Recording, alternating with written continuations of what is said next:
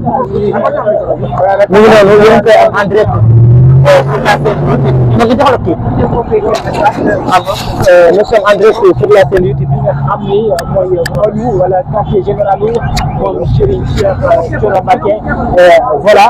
moom la ñuy seen noonu mu daal di fekk ci sunu ginnaaw moom Serigne Cheikh Thioro Mbacké moom nga xam ni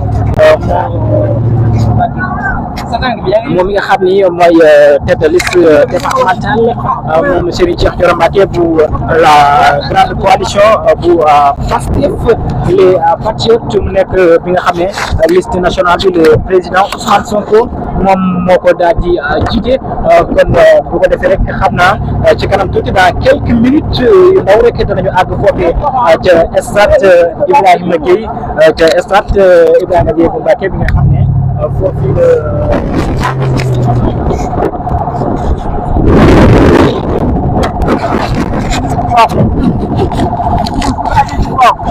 digg doom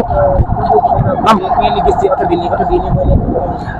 foofee ca stade Ibrahima Gueye bu Mbacké foofee la meeting bi di am avec le président Ousmane Sonko bi nga xam ne moom la ñu koy xaar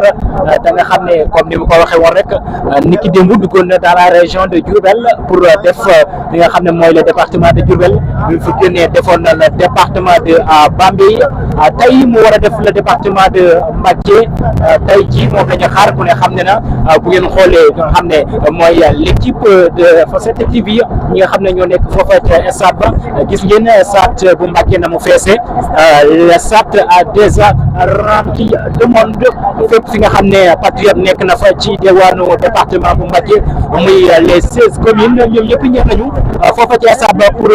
accueillir seen leader di le président Ousmane Sonko waaye tamit ñi nga xam ne ñooy les investis wax naa leen ko léegi moom mi nga xam ne mooy tête de liste départementale bi di Serigne Cheikh Thioro Mbacké moom la ñu daal di àndal nii moom ngeen di seen noonu ci ginnaaw mais tamit li nga xam ne mooy les autres investis bi nga xam ne moom bokk ci Ahmad Lo moom bokk ci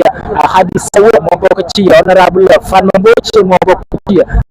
yeneen investis yi nga xam ne ñooy les investis du département ñoom ñëpp daal di drainer benn foule pour accueillir ki nga xam ne mooy la tête de liste nationale président Ousmane Sonko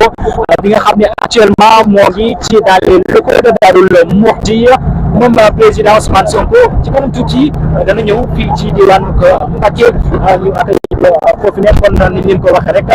le cortège bu Cheikh Thioro Mbacké moo doog génn ni quitté fi nga xam ne mooy quartier général am di Ndindi pour mën a dem foofee ca stade Ibrahima Gueye bu Mbacké actuellement ni ñu leen ko waxee ñu ngi tolloog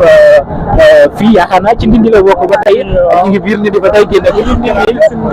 ci usine glace bi ñu ngi Ndindi ba tey plus particulièrement ci usine glace bi xam naa bu ñu fa jógee on va emprunter les routes les plus raccourcies pour rejoindre le stade Ibrahima Gueye de Mbacké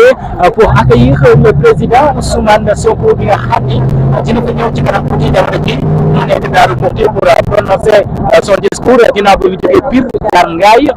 ñu ngi koy xaar fii nga xam ne mooy fii ci département bu Mbacké moom le président Ousmane Sonko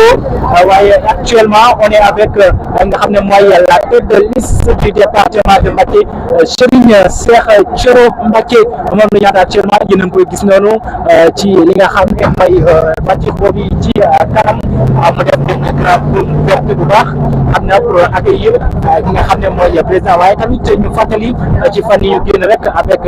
caravane départementale bi nga xam ne dañu doon dugg ci communes yi dans les 16 communes ni ñu ko doon defee ci présidentielles yi doon ko defee aussi ci législatives yi ngeen gis bu yàggul rek en cours de route bi ñuy dem ci la commune de Darou Naïm ci bakkanam ci choc boobile di Modou Tall kenn ku ne ràññee woon ko ci liggéey bi mu nekkoon jàmbaar nekkoon ki nga xam ne yàgg na xeex nga xam ne mooy le projet waaye yàgg na xeex au niveau du département moom ñi ngi koy ñaanal yàlla sa borom yërëm ko ay aussi di wax ñi nga xam ne mooy les blessés yi nga xam ne actuellement ñi ngi jàng hôpital ñenn ñi dem nañ seen i kër yàlla gën leen a may ak wér gën daal di fëgg seen bopp ba nga xam ne danañu mën a génn ci yenn jafe-jafe yi nga xam ne nekk nañ ci actuellement ñi nga xam ne jëlee nañ ci gaañu yàlla wéral leen kon mi ngoo ko actuellement gis ngeen ci yoon yi fees di del taxaw di tudd le nom bu Ousmane Sonko Serigne Cheikh Thioro Mbacké.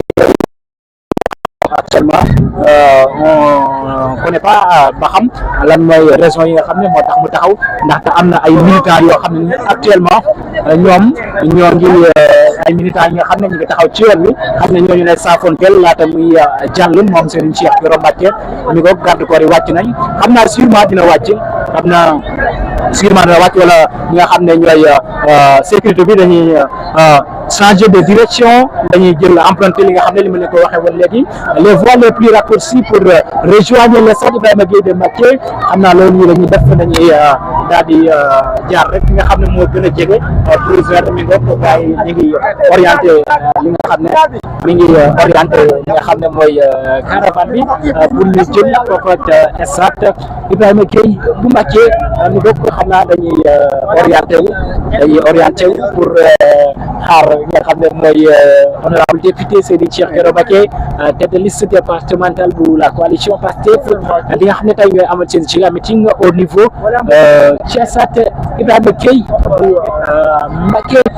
mi ngoog kon ni leen ko waxee woon mi ngoog day daal di rejoindre mi ngi ñëw